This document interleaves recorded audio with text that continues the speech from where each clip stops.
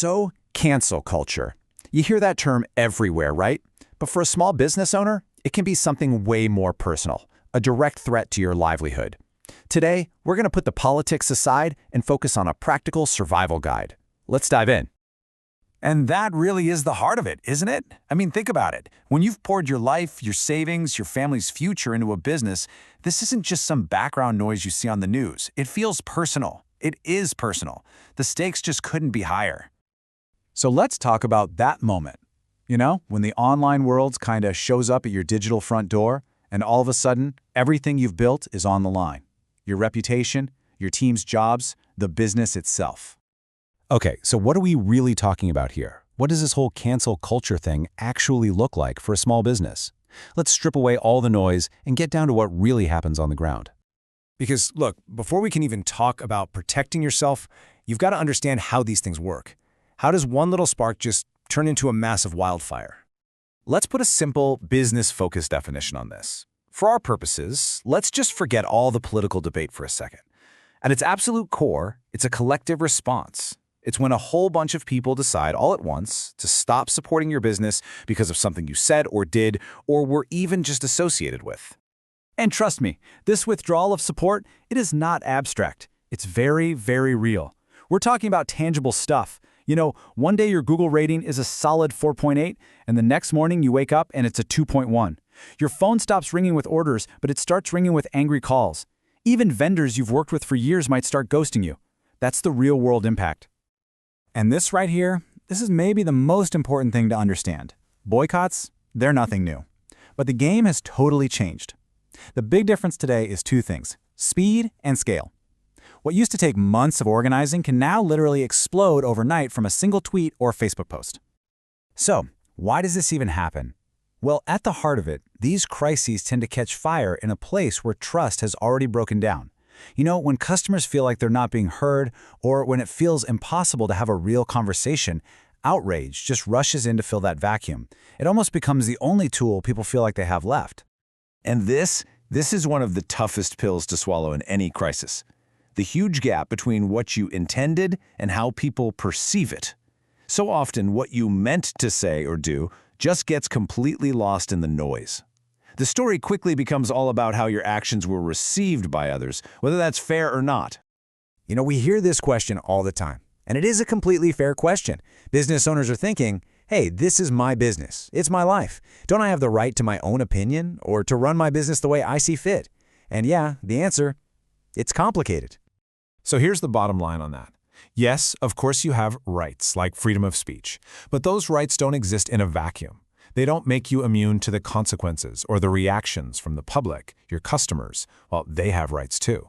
The right to spend their money wherever they want, and the right to talk about why they're doing it. All right, so we get the problem, we see the threat. Now for the most important part of this whole thing, what can you actually do about it? Let's talk about building up your defenses, proactively, before a crisis ever hits. Okay, think of this as your proactive checklist. These 6 habits, they're all about building a really strong foundation. We're talking about knowing what your values are and actually living them, training your team so they get that they're representing you, and, this is a big one, engaging with your community to build up that goodwill before you ever need to make withdrawal. It's like putting reputational money in the bank. But what happens if you've done all that and the storm hits anyway? Let's walk through a couple of really common scenarios and see how the way you respond can literally change everything. Okay, scenario 1, the coffee shop. This is a classic. An employee says something, let's just say controversial, on their own personal social media. But someone takes a screenshot, your coffee shop gets tagged, and suddenly your inbox is flooded with people demanding to know if you agree with that view. Now, look at the 2 ways this can go.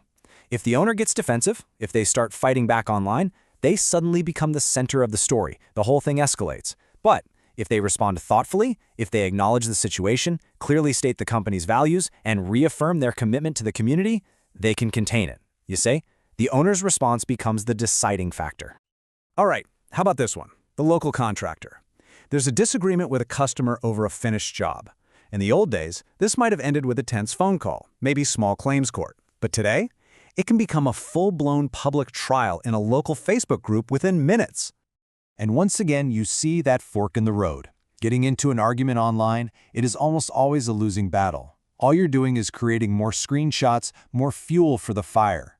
The professional move is to take that conversation offline, immediately, offer a resolution, and then let your years of good work and your other happy customers do the talking for you.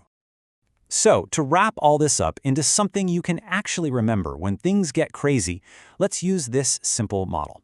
PAR. Prepare, act, rebuild. Prepare, you plan, and know your values way ahead of time. When a crisis hits, act calmly and listen more than you talk. And then focus on the long, slow work of rebuilding trust afterward. It's a simple but really powerful framework. Okay, so surviving that initial 24 or 48-hour storm, that's just the first step. The path to actually recovering and rebuilding that trust, that's the final and maybe the most crucial phase.